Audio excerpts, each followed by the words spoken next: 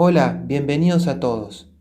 Hoy tenemos un mini tutorial en el cual le vamos a enseñar para el sistema operativo Android cómo eliminar una cuenta en Facebook y una cuenta en Instagram para los sistemas operativos Android desde el 4.4.4 KitKat en adelante. Sin más nada que decir, empecemos con el video.